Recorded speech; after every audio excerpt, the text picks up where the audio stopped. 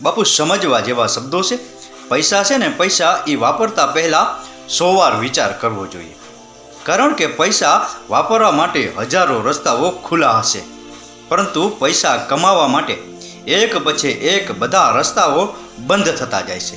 આપણી ગુજરાતી ભાષામાં કહેવત છે કે કરકસર એ બીજો ભાઈ છે.